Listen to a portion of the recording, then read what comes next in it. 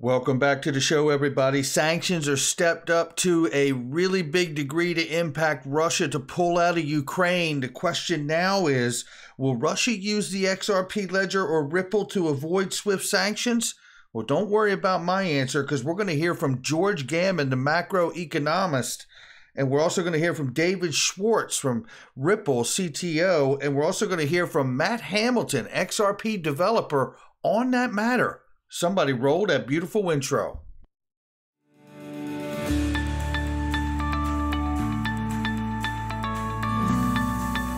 Digital Perspectives with Brad Kimes. Come on in.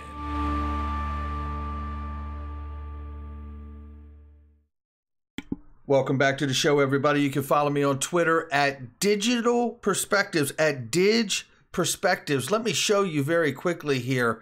I want you to see this. So take a look here. I've changed my @ handle here.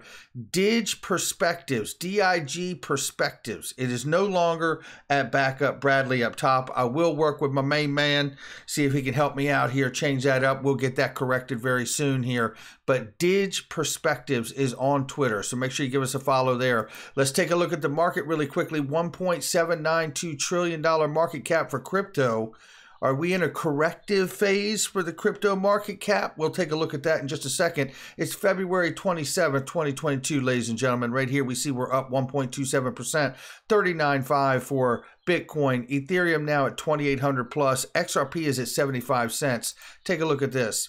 72 cents on the low side, 77 cents on the high side. Let's get into this. We have a lot to go over today. So there is a chance, we're being told here, that February through April, if we repeat the fractal here on the chart, if you look from way back in the day here, it could put us in that 470 range. The reason I show this is because we know we have seen, whether it's Dark Defender or CoinsKid, and shout out to both of them as well, that this is on the table. Now, as charts go, it's a living, breathing picture day by day, hour, minute by minute of buyers and sellers. So sometimes these indicators, sometimes these patterns also fail. So we will keep an eye on it to see what happens there. But speaking of patterns, this is from CoinsKid right here, and he's showing us a chart of actually the crypto market cap and where we could be in the $11 trillion range in the coming year, let's say, or more, however long it takes. But the question here is this a corrective phase of this 1, 2, 3, 4, 5 wave? Are we on that leg 4 and hopefully correcting at some point, maybe at the 1.2, right? And then we see, which is at 1.7 trillion here. And if we correct and bounce off of that, that could send us to a projected 11 trillion over the next year or so. Now that is something to keep an eye on right there. We don't know, but we will keep an eye on it. No doubt about it. I love looking at the macro crypto market cap like we just did. All right, let's get into this. Lots of news. A lot has happened in the last 12 to 24 hours here. EU securities regulator, we covered this late last weekend here, are highly considering the recommendation to ban proof-of-work crypto like Bitcoin, ladies and gentlemen. This would follow suit with other places around the world. We know China has done it and a couple other places. If they do this, you have to ask yourself, will it follow suit in the United States too?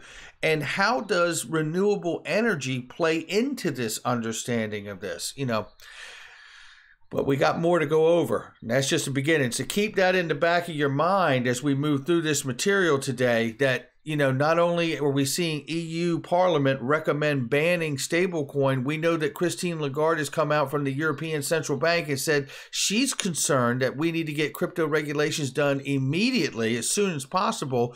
Russia could use digital assets to evade economic sanctions recently put in by SWIFT. Now take a look at this. So we saw this yesterday, late day.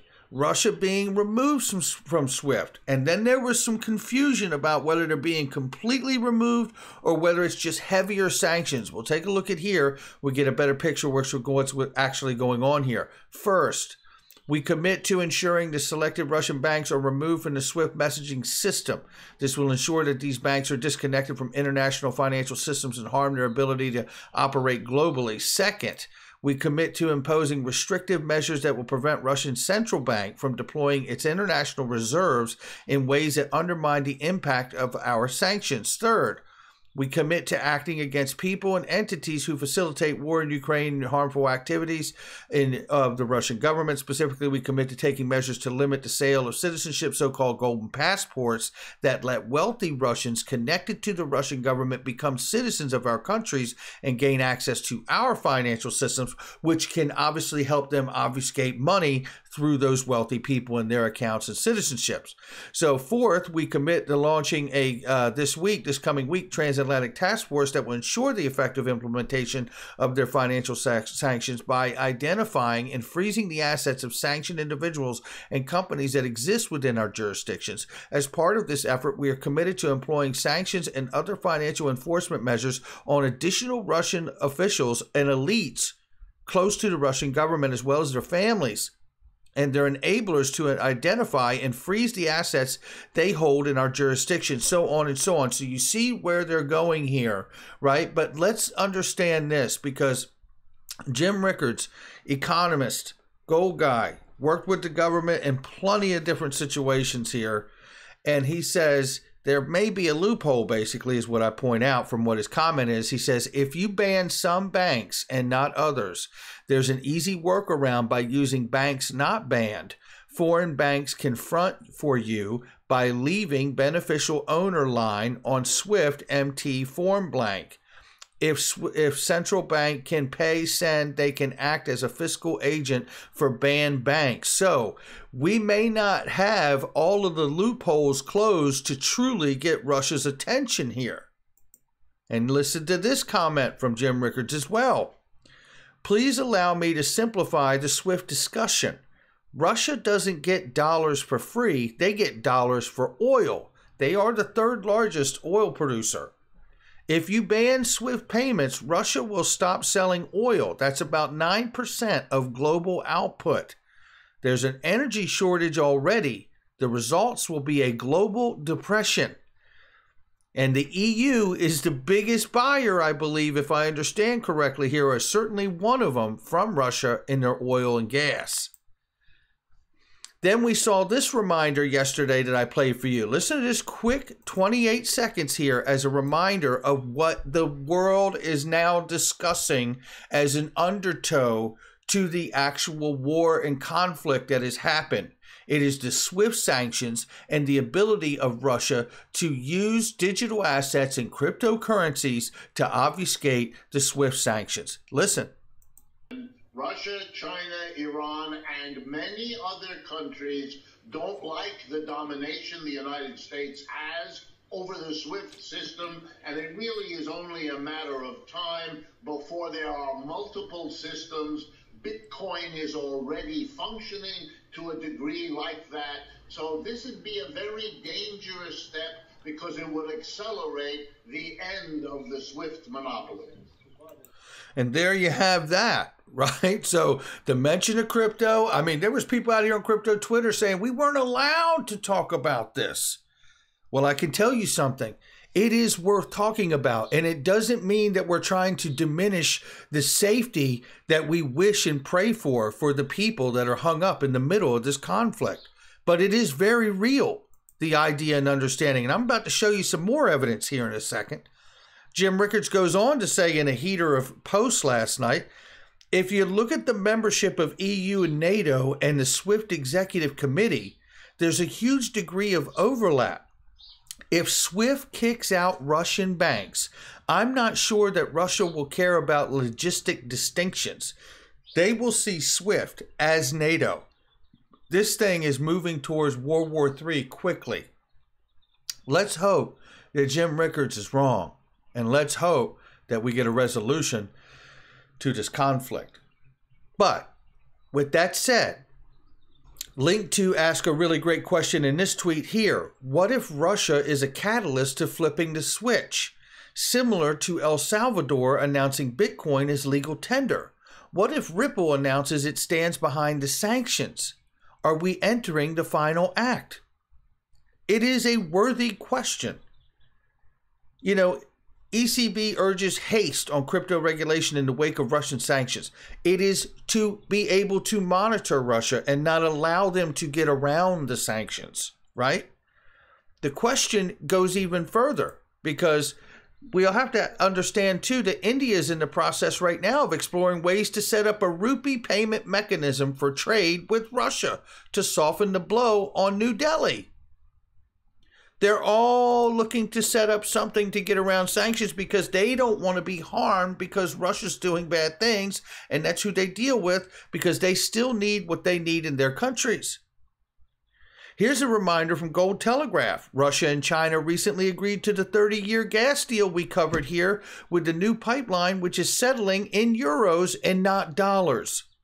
I also showed you over the last couple of days and even a year or two ago that Russia and China actually have their own financial system that does not need SWIFT, but it doesn't include the rest of the world. So how do we deal with that? And here's even more evidence that back in 2018, from Jack the Rippler here, proved that Russia could, or he says will use XRP as a bridge asset. They have been tested XRP since 2018. Now, this is from Atlantis Press originally, and if you look back through here, it does go through that does appear to suggest that Russia, in fact, has at least tested or dabbled in the use of Ripple from back in 2015. One of the toolkit projects based on mechanisms blockchain technology was Bank of Russia project and the cross-border transfer implementation. In the first half of 2018, the Bank of Russia Innovative Laboratory conducted research on testing the possibility of cross-border settlements using Ripple platform. The system technology assumed that the settlement, participants had special accounts open in national payment systems and addresses in the Ripple network. It goes on and on and so on to say the use of XRP transfers of equivalent fiat currencies issued by each participant, the national bank. You know, if we were to see this, I've proposed the understanding that this may be why, if this were to happen, we don't know that it will, but if this were to happen, we have to ask ourselves, wouldn't that be the biggest motivator in this SEC versus Ripple case, and certainly from the Treasury and FSOC, to deem something like the XRP escrow systemically important if we should see something like that, so Russia doesn't have a huge control in what they're using with the XRP token and the ledger itself, should that take place. I think that could be certainly a motivator, because what we're talking about here is not really the conflict being the motivator, but the sanctions because of the conflict and the obfuscation of that. So we will keep an eye on that. And I have something else for you to look at too. The conversation gets even deeper. Check this out. This is George Gammon right here. Macroeconomist, addict, and investor, real estate, libertarian, all of it. He's fantastic. I've covered him before. He breaks down, not only is he great at breaking down or talking about the economy, which can be very boring to a lot of people, but he's an excellent communicator and brings everyone with him when he does. I've learned a lot from him, and I love his channel. But here he says here, I started researching Ripple to see if Russia might use a SWIFT workaround, as many have suggested. He says, FYI, if you understand Ripple, you understand the euro-dollar system. However, David Schwartz comes in and says, there really isn't any such thing as permission to use the XRP ledger. It's governed by objective rules that don't care who follows them, just that they be followed. And here is Matt Hamilton. Right here, we know Matt Hamilton, RippleX developer right here, principal developer advocate. Ripple is a U.S. company, so Russia would not be able to just, if sanctions kick it, use it if sanctions kick in, I believe he was trying to say. If you mean XRP and the XRP ledger, that is decentralized, permissionless blockchain, and so by definition, no one could stop them by using it or from using it.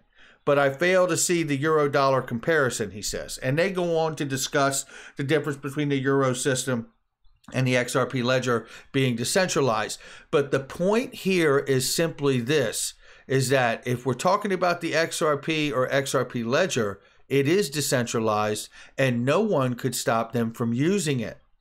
And that's where I believe you set the tone for this case. And you could see the Treasury come in regardless of this case and say, you know what?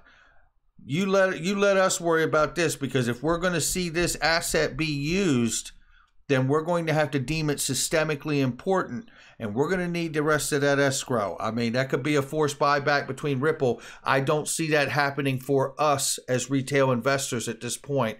I have pondered that question a lot too. However, look at what it could lead to if such events were to continue to blossom. Take a look at this. This is Jim Rickards again, talking just probably a year or two ago, I believe it was, and some time ago, and he's talking about new U.S. sanctions on Russia, and I believe this was back during the Crimea invasion that happened from Russia. You see a pattern there. And take a listen to what he says about cryptocurrency and electronic SDR. Take a listen here.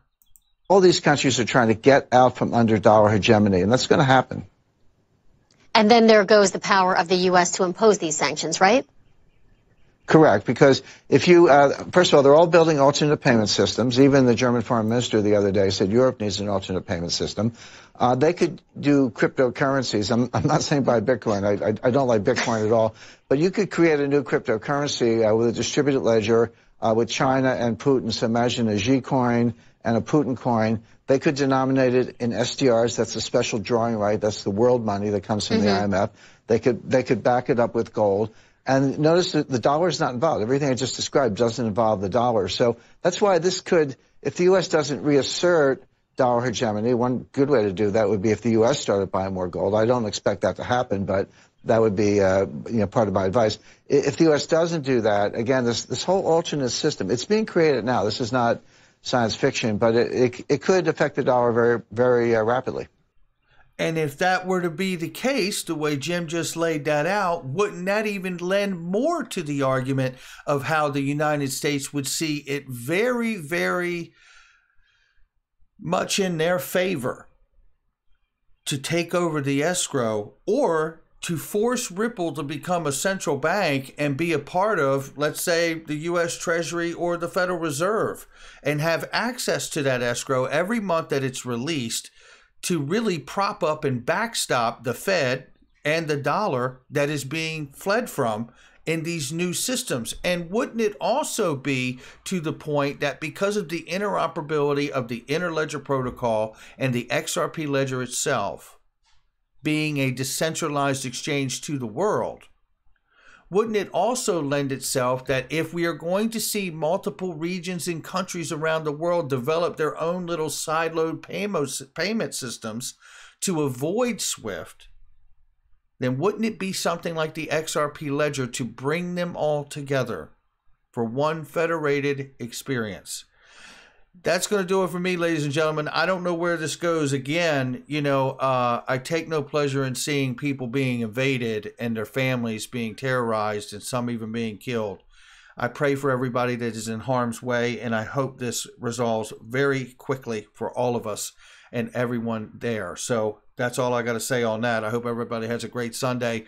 Catch us on Facebook this morning at 9:30, 9:45 time frame.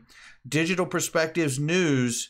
We're going to be on there, and we're going to discuss a lot of this and so much more that could be ahead. I'll see you there.